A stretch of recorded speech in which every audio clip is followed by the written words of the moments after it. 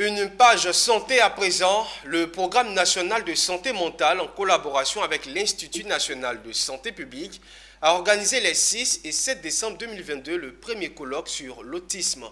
Une première édition qui avait pour thème l'actualité sur l'autisme et le handicap en Côte d'Ivoire.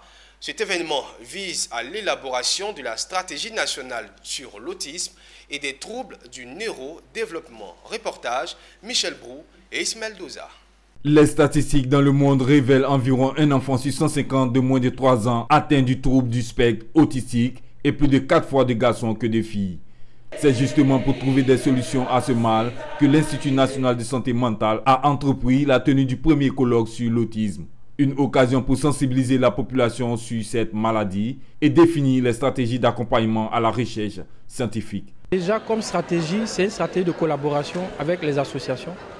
Et rapidement, les associations sont en train de se mettre en plateforme pour pouvoir fédérer leurs différentes énergies. Il y a certains qui sont plus dans la sensibilisation, l'éducation inclusive.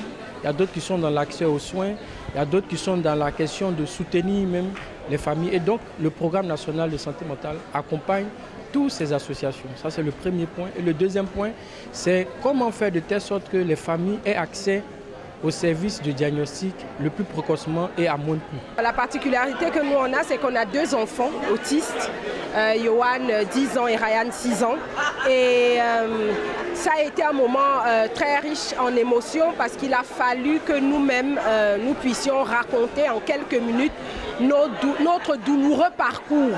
Mais nous sommes heureux de l'avoir fait parce que ça a permis que les participants et surtout les responsables qui soient là. Le programme national de santé mentale, à travers le premier colloque sur l'autisme, veut contribuer à une large communication sur cette maladie